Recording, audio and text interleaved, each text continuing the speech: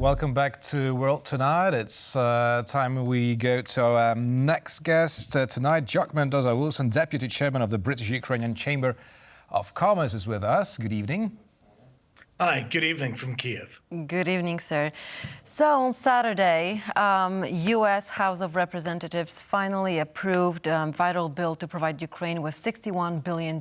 Finally, after 6 months of, I can say, begging and of President Zelensky just asking for it, saying how dire the situation is in Ukraine, they finally did it. But my question is, what triggered that decision? Was the pressure on Mike Johnson just too high? He had to give in? What happened there? I think it was a complex number of factors. The pressure on Johnson was intense, as it was on many other members of the Republican Party who had refused to back Ukraine. We saw the British Foreign Minister David Cameron go and visit directly Donald Trump in his Killarga home. We saw also a lot of lobbying of Johnson. Mr. Johnson, as you may know, is an evangelical Christian. And many evangelical Christians from Ukraine and from the United States showed him the persecution of Christians. And I think that personal message had a difference. And eventually, Johnson, and using his words, he said that he had to do the right thing and difficult decisions had to be made. And he and a large number of Republicans made that decision, for which he is very grateful for. Now, the big question is whether this decision is going to cost him his seat. Well, that's a big challenge. I mean, when you look in details at the numbers, you have to say that, in this vote, for the first time, 112 Republicans voted against providing aid for Ukraine. The majority of the Republican vote was against providing aid for Ukraine. And it was passed, obviously, because of the strength of the Democrat vote. That shows that Speaker Johnson could be vulnerable. However, I don't believe Speaker Johnson would have gone ahead and made this decision without also believing that he had at least the tacit support of the Republican presidential candidate, Donald Trump. And I think that may be enough to save him in his role in the meantime. And, the very noisy Marjorie Taylor Greenes of this world are even on the margins of the Republican Party. So I would be optimistic that he will maintain his position, but he will have challenges, but he will maintain. Right. But what makes you so sure that it was thanks to Donald Trump and not against him? I believe that the lobbying that was done at the highest level persuaded those Republicans who were, let's say, against to move not for support for Ukraine, but at least into a position of sitting on the fence. And I think that that's where the support came from and where the votes were possible to get and why the decision was eventually passed.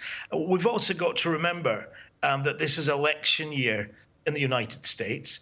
And according to certain reports, a very important individual, Rupert Murdoch, the owner of Fox and the owner of the New York Post, also spoke with Trump and may well have explained to him that his support of his media outlets in election year could also be brought into play only if Trump allowed the vote to go forward. That sheds more light on it. That's definitely. Right. But also it helped Joe Biden, I guess, because Joe Biden right now has the conflict in the Middle East, Ukraine and Russia. It seems like nobody's really listening to him. So I'm sure this bill also helped him. What is your take on that? Well, I'm sure it helped Joe Biden and the Democrats, and that's one of the reasons that the Republicans didn't want the bill to pass. They didn't want, at this time, as we run up to the American elections, to give a foreign policy victory to Biden. So one of the things that was holding back the Republicans was this desire to prevent a victory in votes for the Democrats. Eventually, however, Americans saw sense. We have a phrase in Britain from the Second World War that says, the Americans will eventually do the right thing once they've exhausted all possible other options. And this seems to be the case with the vote on Saturday.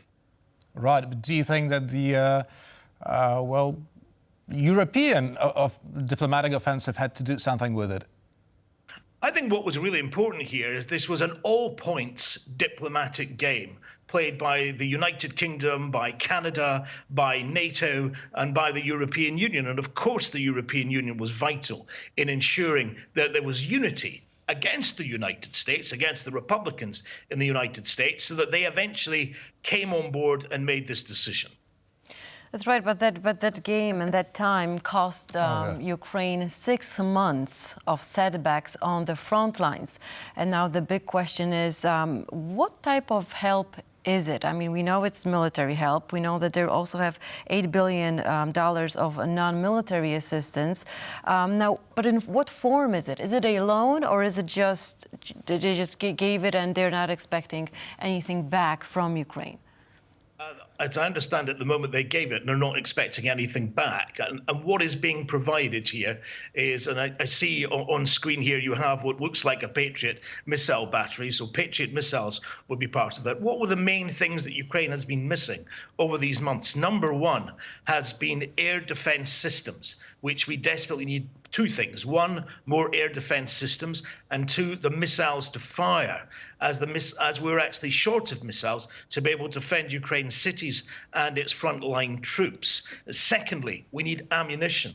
The last 4 to 5 months, Ukraine's army has been outshot by the Russians on a scale of 5 to 1. And as a result, they've significantly lost territory. And then lastly, what Ukraine needs, and what we hope will come with this, is so-called long-range fires, attack missiles, which will allow Ukrainian forces to hit the Russian supply lines to make the Russian forces less effective in their offensives here in Ukraine, in the south and east. And the last point that's important is Ukraine needs to rebuild its army.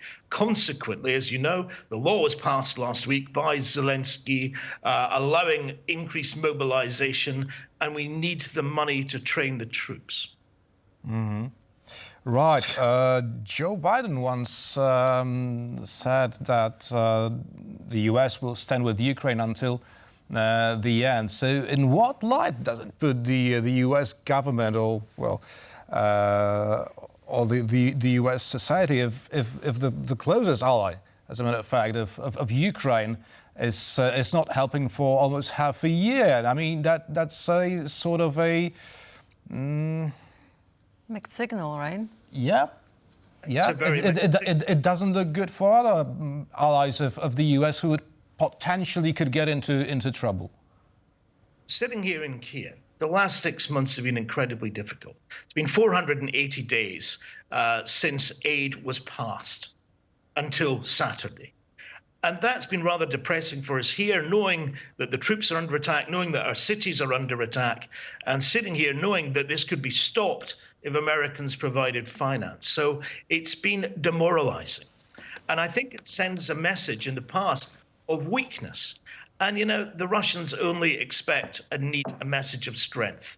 And so the messaging, in its most real sense, of Europe, well, in this case, of America's ability to stand up and defend Ukraine and support Ukraine's desire for independence and freedom, was weak. And I don't like the words used by America quite often about, we will stand with you. I'm wondering whether they're going to help Ukraine win, or they just don't want Ukraine to lose. And in that difference, there is a huge difference in what it means for people here living in this country. And I do hope what it means in the future is that America has now found its backbone again and will continue to support Ukraine. And we do see now also the European Union revitalizing its support today. And I note that there was the foreign ministers meeting in Luxembourg, which was talking about defense and security issues and potentially the provision of increased air defense cover for Kiev. But also, Ukraine witnessed how quickly U.S. helped Israel, how quickly they shut down drones, and it was, you know, they helped their ally Israel, which is also not a NATO member. So U.S. is capable of helping, I guess, if they want to help. Well, clearly, we have double standards here, right? That's right. And go ahead. No, please go on. Please finish. No, please. I actually wonder what your comment is on that. Yeah, I think it's understandable. Look, Russia is a nuclear power with one of the largest, if not the largest, nuclear arsenal in the world. That is not the same as dealing with Iran. And so the sense that the Americans and the Brits and others supported Israel was because they believed that it would not lead to escalation of conflict with a significant nuclear power. And at that point, the conflict between Ukraine and Russia and between Israel and Iran and Iran's proxies is somewhat different.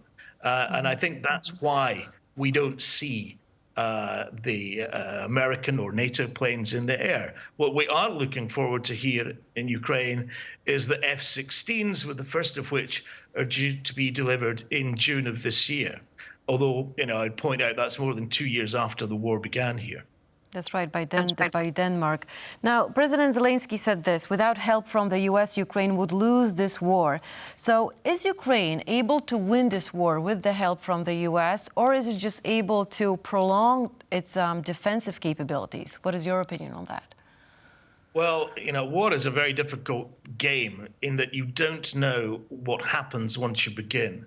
Certainly, Ukraine was highly likely to lose the war, or at least lose significant territory without this significant American financial backing. The money does not guarantee that Ukraine will win, but it does put it in a position to ask the Russian forces lots of questions on the battlefield. And more than that, it shows the commitment of the West to support Ukraine in what now looks like will be a long battle for Ukraine's freedom and independence. Right. President Zelensky has been calling for more Patriot systems to protect Ukrainian skies. Moreover, Ukrainians have identified some 100 of such systems in Europe that could be deployed to Ukraine. But so far, we know that only Germany pledged to deliver one Patriot system, and the rest of Europe is very silent about it. What's your comment on that? I think there are two aspects to look at here. Firstly, at the beginning of the war, many European countries gave significant military equipment to Ukraine, and those were their surplus stocks.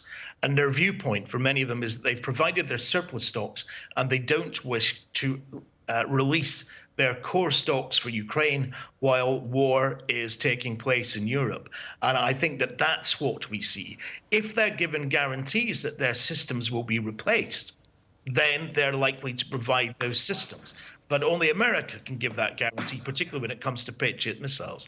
And I don't see at the moment a flood of Patriot missile systems coming to Ukraine. And I'm sitting here tonight knowing that in Kherson and Kharkiv, to the south and east of Kiev, they're currently under an air attack from ballistic missiles. And here in Kiev, we have an air raid. So, these questions of whether Europe should give and America should give Patriots and other defensive missile systems to Ukraine are really at the heart of our future and safety. And I hope that they will, but I have to say, I'm not optimistic because the process has been slow. Now, we very much talk about military aid, and of course is justified because they need it very much. But also that package includes $8 billion of non-military assistance. How are these money going to be used? Do you have any information? Yeah, there's an extensive USAID program here, which helps create stability in society. So it's actually some of the money is going to help Ukraine meet the costs of transforming its society and its industry towards meeting European standards. Some of it is going towards humanitarian aid. Some of it is going towards housing for those who've lost their homes as a result of the war. So what you see here is just a development aid that will help Ukrainian society be resilient and recover quickly once we reach an end to this conflict. And it's important that we do have that as well as military aid, but the emphasis and desire mostly from here has been to see military aid. Then it's money well spent. Jock Mendoza-Wilson, Deputy Chairman of the British Ukrainian Chamber of Commerce, was our guest tonight. Thank you.